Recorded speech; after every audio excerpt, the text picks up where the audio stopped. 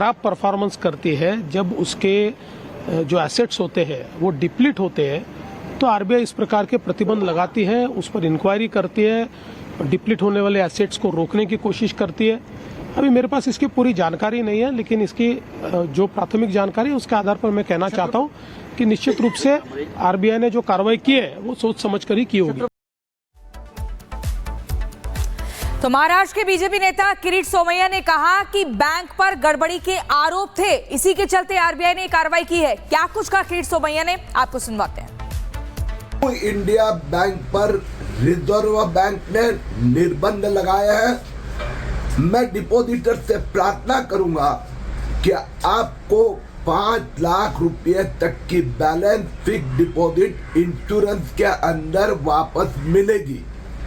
जिनका अपना safe deposit locker से उसका सब सामान आपको वापस ले जाने का मौका दिया जाएगा, और जिनके कारण बैंक डूबी है उनके खिलाफ कार्रवाई होगी। देखिए तस्वीरें हम आपको दिखा रहे हैं, लाइव तस्वीरें आप देख रहे हैं। न्यू इंडिया कोऑपरेटिव बैंक के बाहर लोगों की लंबी कतारें, और बैंक के अंदर की तस्वीर जरा देखिए, सब कुछ आपको खाली नजर आएगा।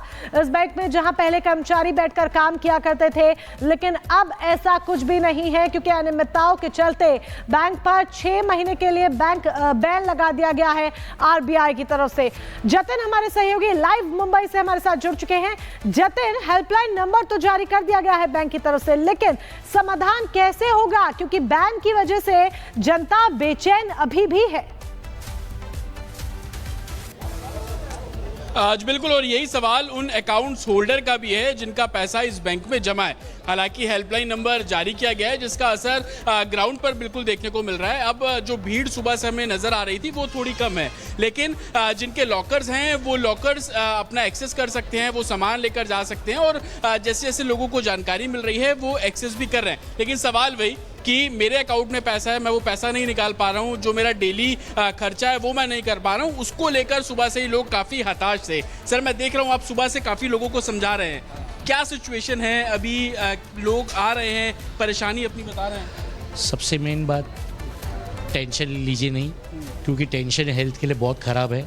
जो होना था वो हो गया है।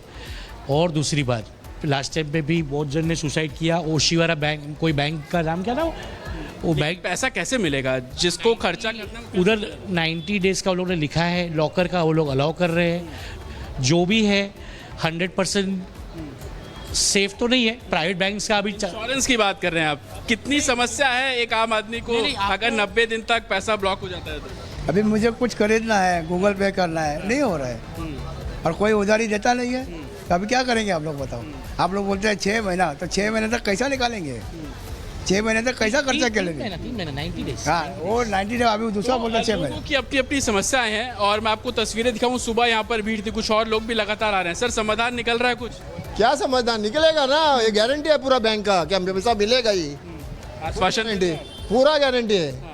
मैडम, आप भी आई हैं, अकाउंट है आपका इसमें? मेरा अकाउंट है मेरा। क्या सिचुएशन है? कोई बात कर रहा है, पैसों के बारे में बता रहा है? मेरा पैसा निकालने आई थी तो एटीएम बंद हो गया, इसे टेंशन आया है मेरे को। मैं मेरे बेटे को बुलाया अभी, तो पैसा निकाल, मेरे का 3 महीने 6 महीने पैसा आप नहीं निकाल पाएंगे, ना ही जमा कर पाएंगे, तो फिर हमारा कैसे चलेगा? मेरा तो आगे पीछे मेरा हस्बैंड ने, मेरा यही घर चलता है, मैं काम करती हूँ, मेरा सेठ लोग यहाँ पेमेंट डालते हैं, तो यही तो प्रॉब्लम है अभी मुझे।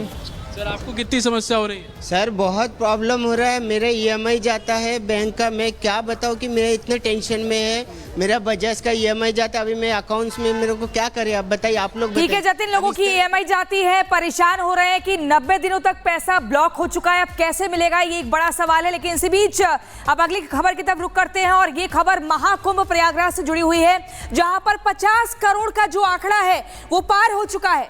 ये माना जा रहा था कि 45 से 50 करोड़ का एक टारगेट लेकर प्रशासनिक अधिकारी चल रहे थे, इसी हिसाब से व्यवस्था की गई थी। आप तस्वीरें देखिए, ये ड्रोन शॉट लिया गया है, और जहां आपकी निगाह जाएगी आपको सिर्फ पब्लिक दिखेगी। इस पब्लिक ने, ये वो श्रद्धालु हैं जिन्होंने आस्था की डुबकी लगाई, और अभी देखिए 26 फरवरी तक ये महाकुंभ चलना है। 26 फरवरी यानी कि महाशिवरात्रि की तारीख, लेकिन अभी 50 करोड़ का आंकड़ा पूरा हो चुका है। खुद योगी आदित्यनाथ ने कहा कि मौनी अमावस्या के दिन 8 करोड़ श्रद्धालु एक दिन में 24 घंटे में पहुंचे थे, और लगातार ये संख्या बढ़ती जा रही है। ये 6,000 और 5 करोड़ कुंभ में ही नहीं किए हैं, प्रयागराज सिटी के रिनोवेशन में भी खर्च किए हैं।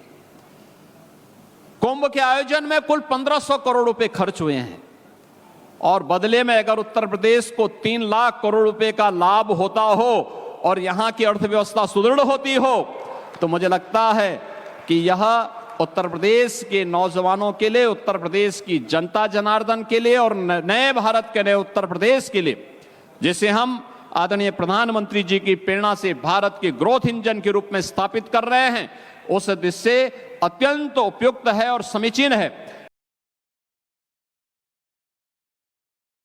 विकसित भारत का इंफ्रास्ट्रक्चर कैसा होना था, आपने कुंभ में देखा कि अगर इनका इंफ्रास्ट्रक्चर अच्छा होता और जो तैयारी बताई थी कि 100 करोड़ की उन्होंने तैयारी की है, अगर 100 करोड़ की तैयारी होती तो लोगों को यह सुविधा नहीं होती। लोगों की जान गई है, लोग बड़े पैमाने पर परेशान हुए हैं। जाम में न केवल श्रद्धालु लोग और जो लोग आए थे दर्शन के लिए वो परेशान हुए, बल्कि आम जनता भी परेशान हुई है। लोगों की जान गई है। जो सरकार लगातार दावा कर रही है वो अभी तक ये नहीं बता पा रही कि जान कितनों की गई है। जब कोई बैंक खराब परफॉर्मेंस करती है, जब उसके जो एसेट्स होते हैं वो डिप्लीट होते हैं, तो आरबीआई इस प्रकार के प्रतिबंध लगाती है, उस पर इंक्वायरी करती है, डिप्लीट होने वाले एसेट्स को रोकने की कोशिश करती है। अभी मेरे पास इसकी पूरी जानकारी नहीं है, लेकिन इसकी जो प्राथमिक जानकारी है उसके आधार पर मैं कहना चाहता हूं कि निश्चित रूप से आरबीआई ने जो कार्रवाई की है वो सोच समझकर ही की होगी। तो महाराष्ट्र के बीजेपी नेता किरीट सोमैया ने कहा कि बैंक पर गड़बड़ी के आरोप थे, इसी के चलते आरबीआई ने कार्रवाई की है। क्या कुछ कहा किरीट सोमैया ने, आपको सुनवाते हैं। इंडिया बैंक पर रिजर्व बैंक ने निर्बंध लगाया है। मैं डिपॉजिटर से प्रार्थना करूंगा कि आपको 5 लाख रुपए तक की बैलेंस फिक्स डिपॉजिट इंश्योरेंस के अंदर वापस मिलेगी। जिनका अपना सेफ डिपॉजिट लॉकर से उसका सब सामान आपको वापस ले जाने का मौका दिया जाएगा और जिनके कारण बैंक डूबी है उनके खिलाफ कार्रवाई होगी। देखिए तस्वीरें हम आपको दिखा रहे हैं, लाइव तस्वीरें आप देख रहे हैं। न्यू इंडिया कोऑपरेटिव बैंक के बाहर लोगों की लंबी कतारें और बैंक के अंदर की तस्वीर जरा देखिए, सब कुछ आपको खाली नजर आएगा। इस बैंक में जहां पहले कर्मचारी बैठकर काम किया करते थे, लेकिन अब ऐसा कुछ भी नहीं है क्योंकि अनियमितताओं के चलते बैंक पर 6 महीने के लिए बैंक बैन लगा दिया गया है आरबीआई की तरफ से। जतिन हमारे सहयोगी लाइव मुंबई से हमारे साथ जुड़ चुके हैं। जतिन, हेल्पलाइन नंबर तो जारी कर दिया गया है बैंक की तरफ से, लेकिन समाधान कैसे होगा, क्योंकि बैन की वजह से जनता बेचैन अभी भी है।